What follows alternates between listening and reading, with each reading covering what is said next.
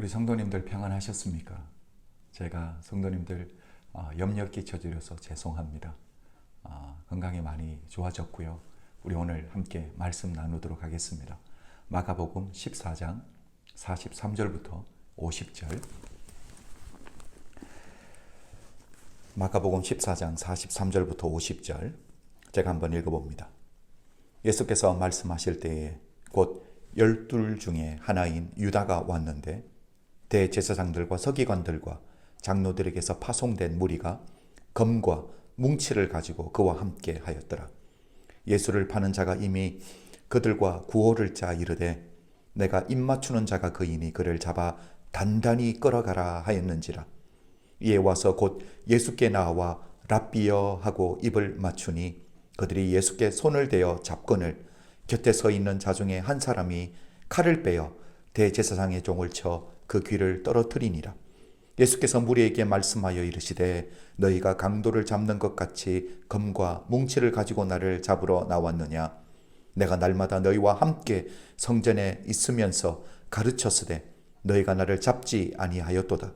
그러나 이는 성경을 이루려 함이니라 하시더라. 제자들이 다 예수를 버리고 도망하니라. 우리 예수님이 겟세마네 동산에서 기도를 마치셨을 때에 주님이 잡히시게 되는데 제자들이 다 도망을 갔다라고 이야기를 합니다.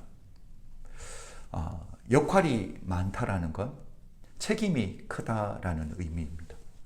예수님 십자가 사건을 중심으로 제자들 중에 책임을 많이 맡은 자들이 주님을 더 크게 배신하는 모습을 볼 수 있습니다. 예수님의 수제자였던 베드로는요, 예수님을 3번 부인했습니다. 주님의 나라가 임할 때 두 형제가 하나는 주님의 오른편, 하나는 주님의 왼편에 앉혀달라고 자리를 청탁했던 야고보와 요한 역시 주님을 배신하고 도망을 갔습니다. 여러분 다 스스로 착각의 늪에 빠져 있었던 거죠. 주를 향한 나의 믿음, 나의 헌신, 나의 희생이 어느 누구보다 크다라는 착각에 빠져 있었던 겁니다. 모두가 다 주님을 배신할 때라도 나는 죽어도 주님을 떠나지 않겠다라고 외쳤던 베드로 역시 자신이 착각에 빠져 있었다라는 사실을 모르고 있었다라는 거죠. 그런데 제자들 모두가 다 자기들이 착각에 빠져 있었다라는 사실을 깨닫게 되는 순간이 있었습니다. 착각에서 깨어나는 순간이 있었습니다. 예수님께서 이미 말씀하셨던 것처럼 그 현장에서 잡히시게 되는 그 순간에 제자들이 다 도망가며 스스로 깨달았을 거예요. 내가 착각에 빠져 있었구나. 사랑하는 성도 여러분, 왜 이렇게 제자들이 착각에 빠져 있었을까? 착각에 빠져 있을 수밖에 없었던 이유는 우리가 겟세마네 동산에서 금방 발견할 수 있습니다.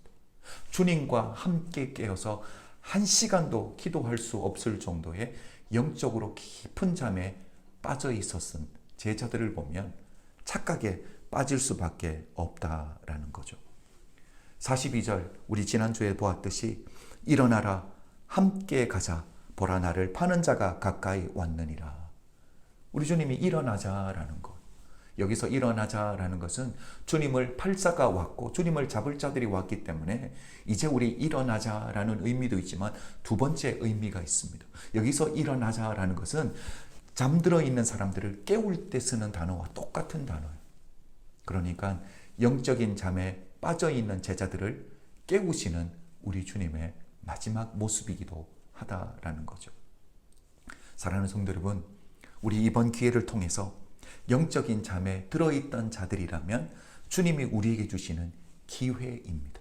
기도로 돌아가고 말씀으로 돌아갈 수 있는 카이로스, 우리 주님이 우리에게 기회를 주셨습니다.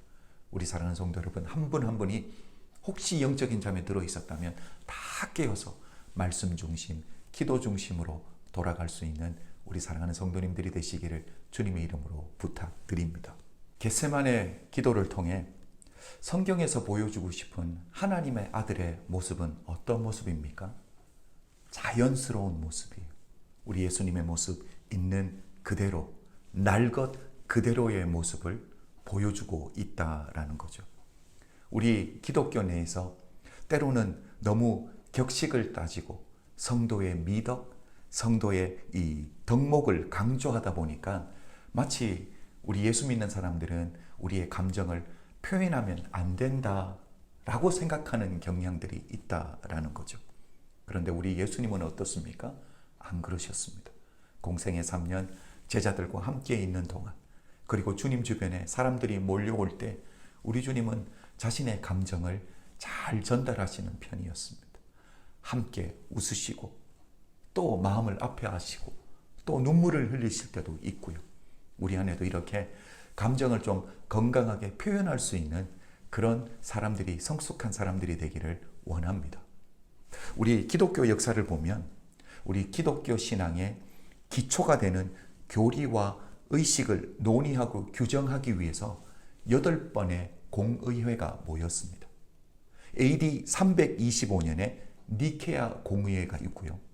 또 AD 451년에 켈게던 공의회가 있습니다. 이 두 공의회에서 예수님은 누구인가? 예수님의 본질은 무엇인가?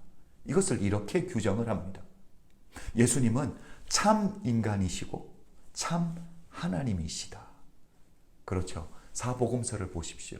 우리 주님의 인간됨을 가리려고 애쓰지 않습니다. 그냥 우리 주님을 무조건 신격인 존재, 미화시키는 것이 아니라 우리 주님의 인간적인 부분을 그대로 보여준다는 거죠. 그러나 그것이 주변의 사람들의 마음을 아프게 하는 감정 표현이 아니라는 거죠. 저는 우리 은혜교회 성도님들이 이런 감정도 주님처럼 건강하게 표현을 할 수 있는 그런 성숙한 분들로 자라가기를 주님의 이름으로 축복합니다. 43절을 보면 예수를 파는 자들이 옵니다. 자, 유다가 나타나자마자 뒤에 제사장들이 보낸 군사들이 뒤따라 오는 모습을 우리가 보게 됩니다. 자, 근데 44절을 보면 재밌는 부분이 있습니다. 제가 한번 읽어볼게요. 예수를 파는 자가 이미 그들과 군호를 짜 이르되 내가 입맞추는 자가 그이니 그를 잡아 단단히 끌어가라 하였는지라. 여러분, 저는 이 부분을 읽으면서 묵상하면서 마가가 정말 고민하면서 글을 썼구나라는 것을 보게 됩니다. 여기 보면 예수를 파는 자가라고 말하고 있습니다. 우리는 이미 예수를 판 자가 누군지 압니다. 43절에서 가룟 유다라는 사실을 이미 밝혔습니다. 그런데 44절에 와서는 가룟 유다의 이름을 기록하지 않고 예수를 파는 자 이렇게 썼습니다. 문학적으로 보면 이름을 이미 앞에서 밝혔으니까 문학적 생략법에 따라서 이름을 기록하지 않았다라고 생각할 수도 있지만 저는 여기서 또 다른 걸 한번 생각하게 되었습니다. 유다가 바로 예수를 파는 모든 사람들을 대표하고 있다라는 생각이 들었습니다. 여러분, 이스라엘이 북이스라엘과 남유다로 나누어졌을 때 이스라엘을 상징하는 이름이 뭡니까? 유다입니다. 그게 바로 가룟 유다. 그러니까 가룟 유다가 예수를 파는 모든 사람을 대표한다라는 거죠. 사랑하는 성도 여러분, 예수를 믿는다고 하고 예수를 내 구주로 마음에 믿어 입으로 시인한 우리이지만 우리가 주님을 제대로 믿고 섬기지 못할 때가 얼마나 많이 있습니까? 주님을 주님이라고 부르면서 주님을 제대로 섬기지 않는 게 바로 주님을 파는 자이거든요. 주님을 배신하는 자들이거든요. 바로 주님을 파는 자라고 썼다라는 것은 우리 모두가 이 부분을 읽을 때 우리는 가룟 유다를 떠올리지만 마가가 원했던 게 뭐예요? 여기에 나를 집어넣어서 스스로를 떠올리며 내가 바로 가룟 유다와 같은 자.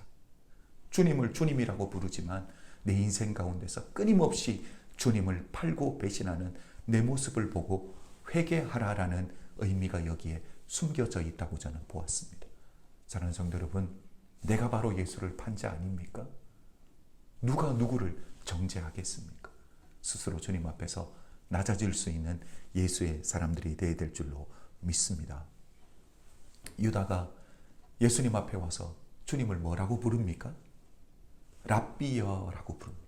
선생님이라고 부릅니다. 주님이라고 부르지 않습니다. 퀴리오스라고 부르지 않아요. 저는 이걸 보면서 우리가 주님을, 예수님을 주님이라고 부르는 한 절대로 배신하면 안 된다라는 거죠.